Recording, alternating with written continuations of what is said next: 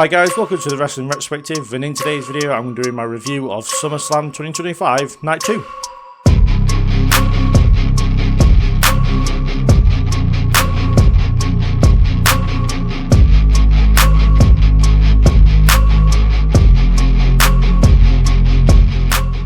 So we may as well start with the main part of the news that happened at SummerSlam, but I really feel like this isn't the right aesthetic to kind of go through what happened.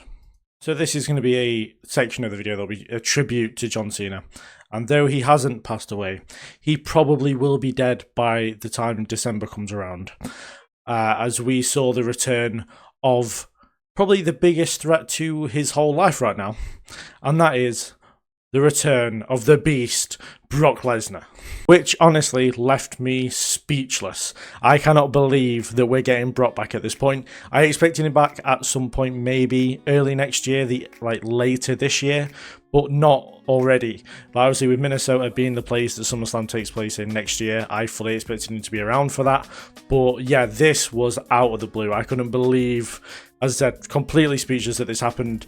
And then yeah, he came down to the ring. I thought maybe Cody had stuck around. No, Cody probably heard the music and fucking ran away, which is completely fair enough, and it's what Cena should have done. But yeah, for Cena to stay in the ring, have a really, really long stare down with Brock.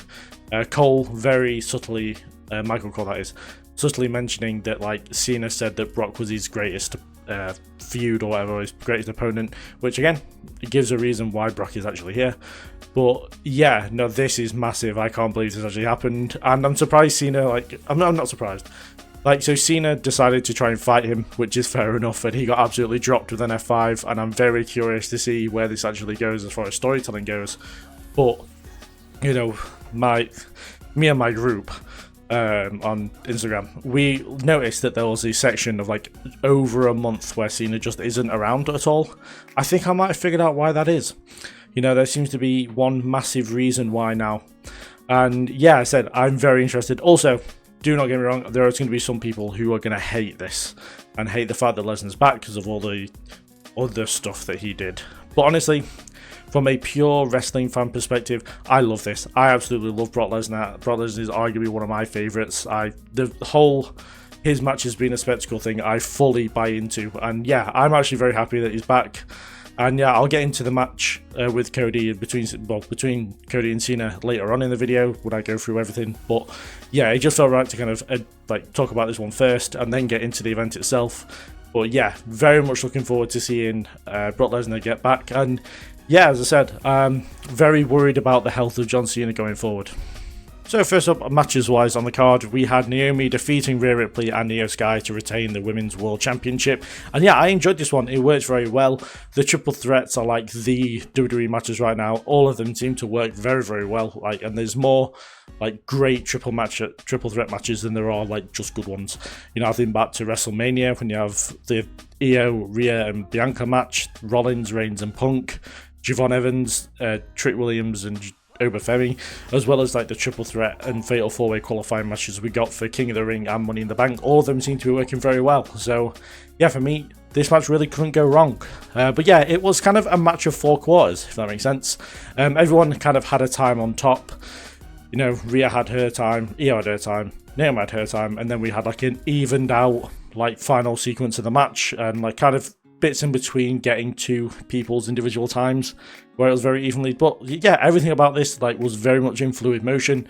And yeah, there was never a dull moment in this match, and I've got nothing but positive to say about this one. I thought the Riptide on Naomi was going to be it, but then it got broken up. And yeah, everything just flowed really well. And to be fair, it was a bit of an expectation of mine. I was a bit worried about Naomi just because she's not as good as a wrestler as Io and Rhea.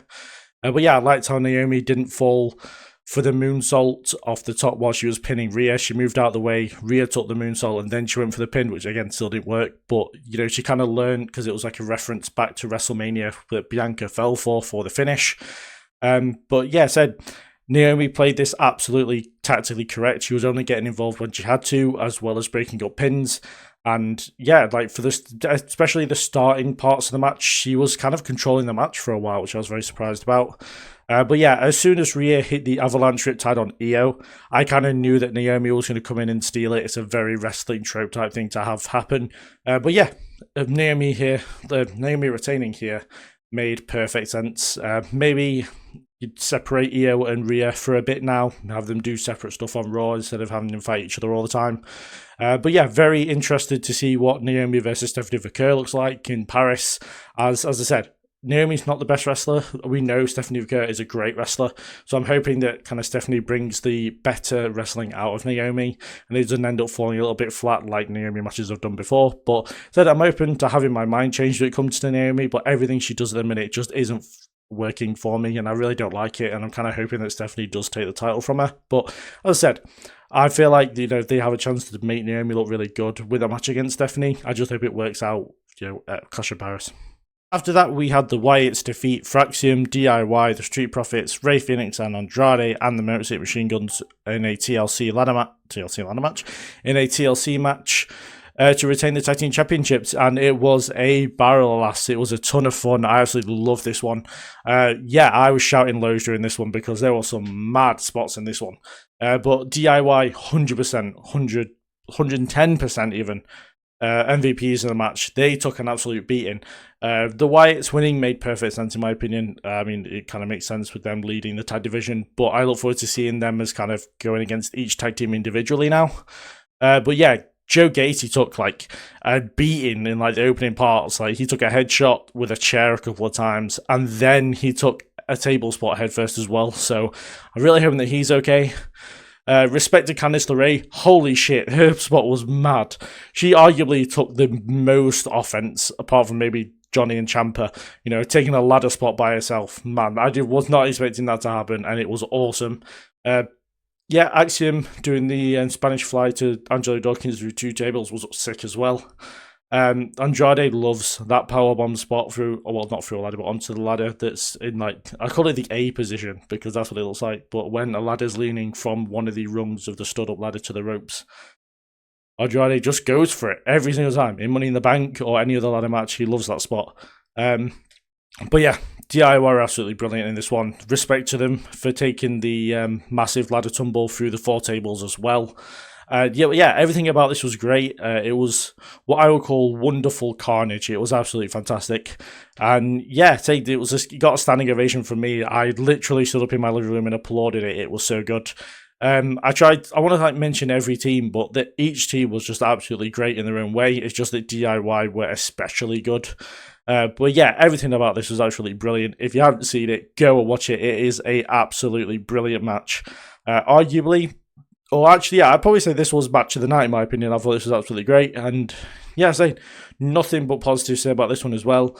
Honestly, I can't recommend this one enough. It was absolutely brilliant. After that, we had Becky Lynch successfully retain the Intercontinental Championship against Lyra Valkyria in a no disqualification, no countout match, which means, unfortunately, Lyra cannot challenge for the Intercontinental Championship following this match, while Becky is champion. Anyway, honestly, as I said during my predictions, if this means that Lyra Valkyria now goes more towards the main event scene, very happy with that. But yeah, another good match. It had a very different feel to how their previous 3 matches, so the Halloween Havoc match and then the 2 this year, have had. But obviously, with it being no DQ, it was going to have a different feel, but it just felt especially weird. I don't know kind of why, other than the start. The start for me was just a little bit slow and stagnated. There was little mistakes being made, which I feel like threw both of them off. But once they got into the flow of the match, it was pretty seamless stuff as we would expect from Becky and Lyra.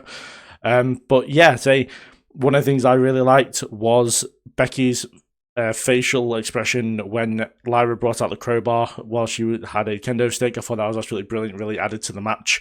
Personally, I think what would have been a really cool touch is that instead of a crowbar, Lyra had a shillelagh, and then she knocked the kendo stick out of Becky's hand and beat her up with a shillelagh. I feel like it would have been a good kind of harken back to Irish roots and a bit of a tribute to Finlay as well. I thought that would have been very good, but I'd say the crowbar was absolutely fine.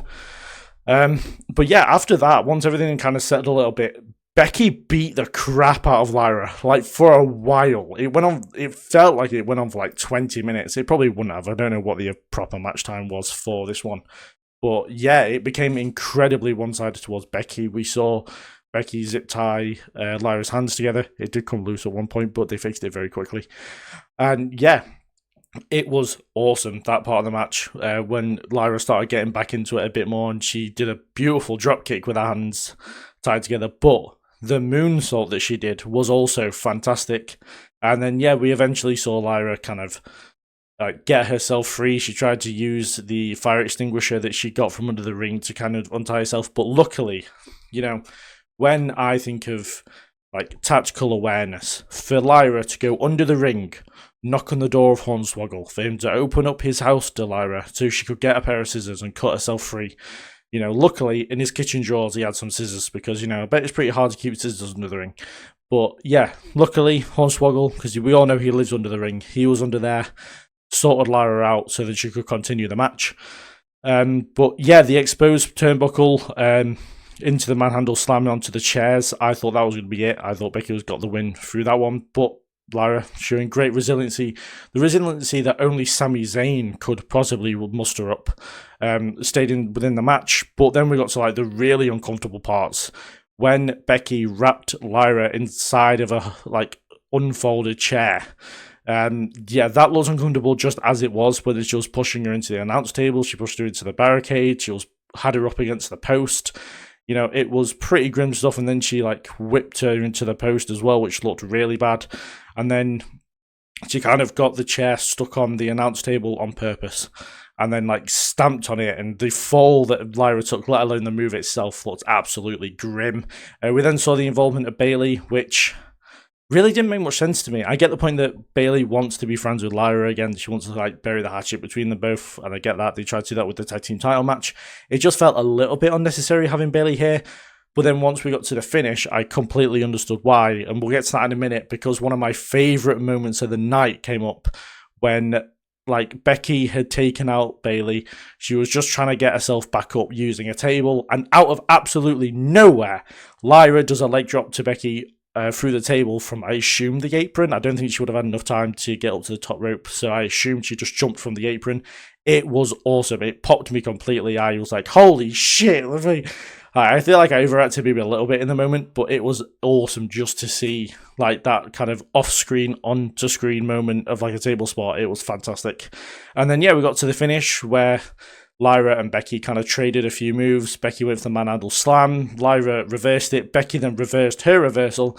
And Bayley, she cracked Lyra with a chain and cost her the match as she fell into a manhandle slam, and then that was it.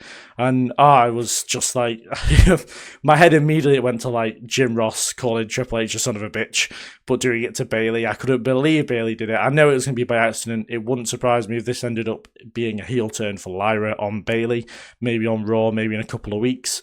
But yeah, for me, this match was like a slow start.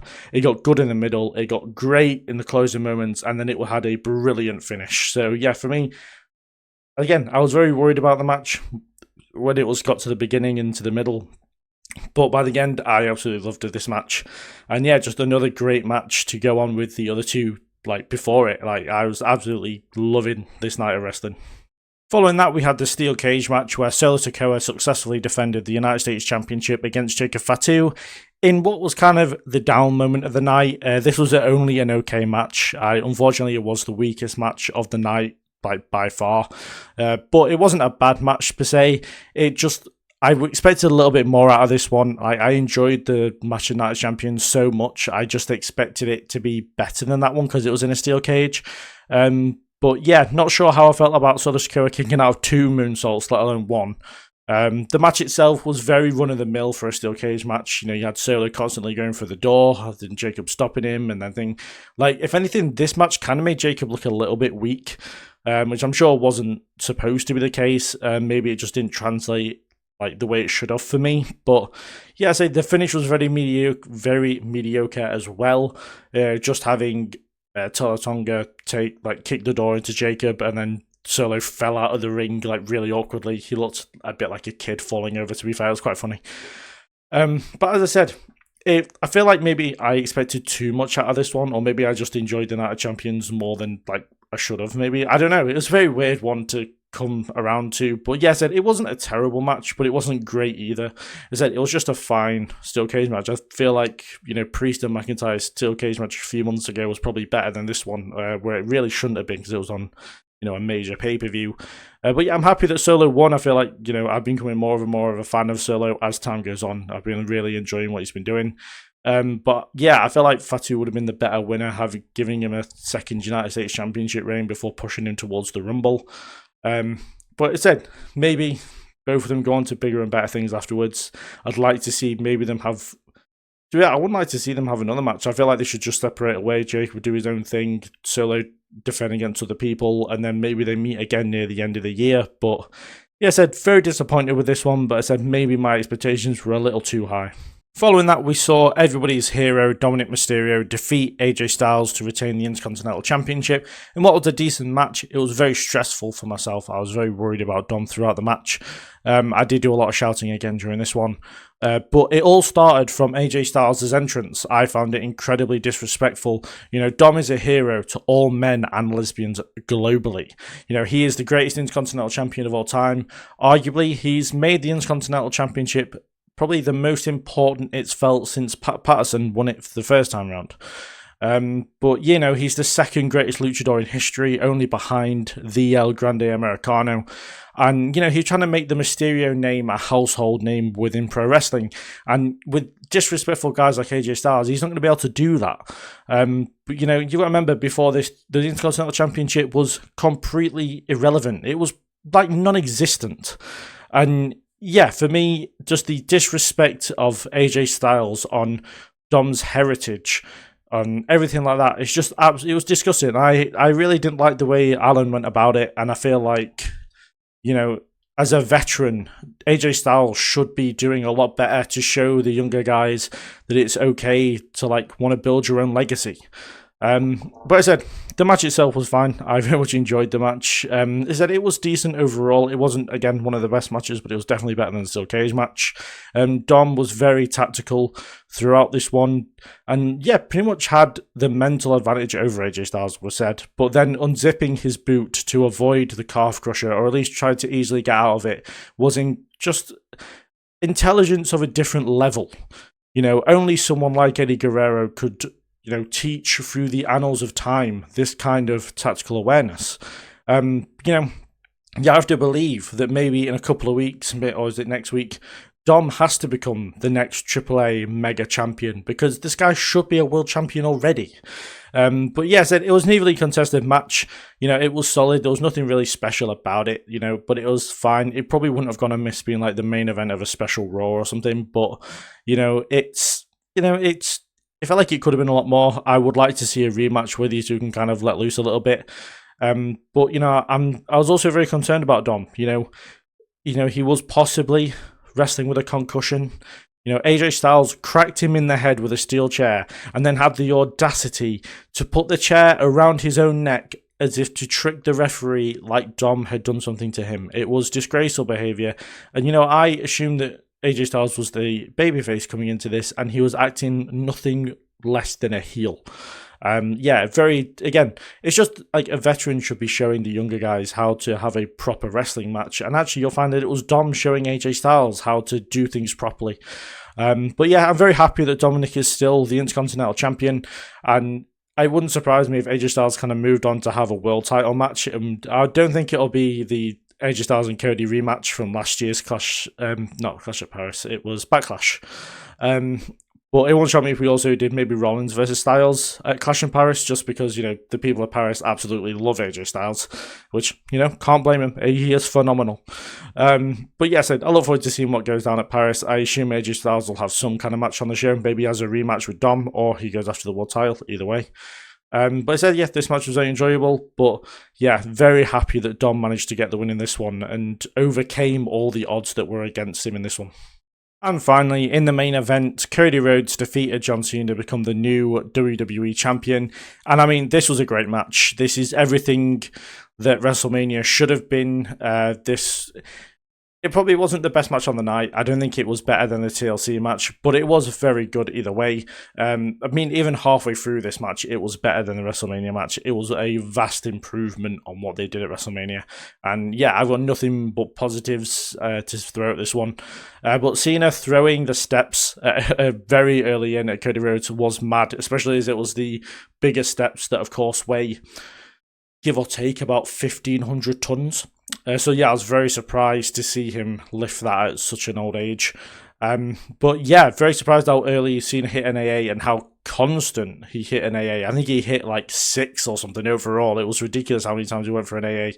I almost thought I was watching a Kenny Omega match, the amount that he was going for his finishing move, because Kenny Omega does the V trigger all the time. But yeah, Cody Rhodes definitely had John Cena worked out for like the majority of this one. He had counters for most of Cena's moves, and then also had Cena on the back foot for probably about 60 to 70% of the match. It was very one-sided for a majority of this one. It wasn't until they kind of started brawling outside of the ring that Cena kind of took control of the match, and even then he got suplexed into the guardrail. But yeah, heel's an interesting thing. Cody Rhodes was definitely acting like a heel, but then he'll probably disguise it as being desperate. That's where my point of view came from.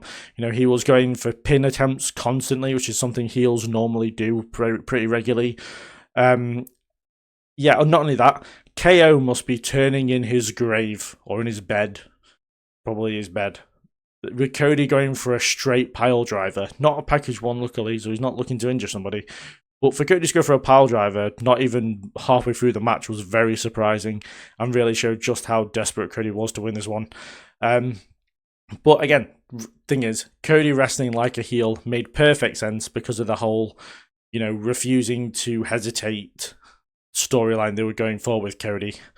But yeah, for Cena, like, I don't know, it kind of, for me, it felt like a good John Cena match. Like, John Cena didn't do anything in particular that felt out of character for him, but I think back to the great matches he had with AJ Styles, CM Punk, Edge, Randy Orton, where he was just kind of overcoming a lot, but then like also taking a lot of offense as well. He hit a code red, and then we're supposed to act as if he's never done it before. He was like looking around, like, to look what I did.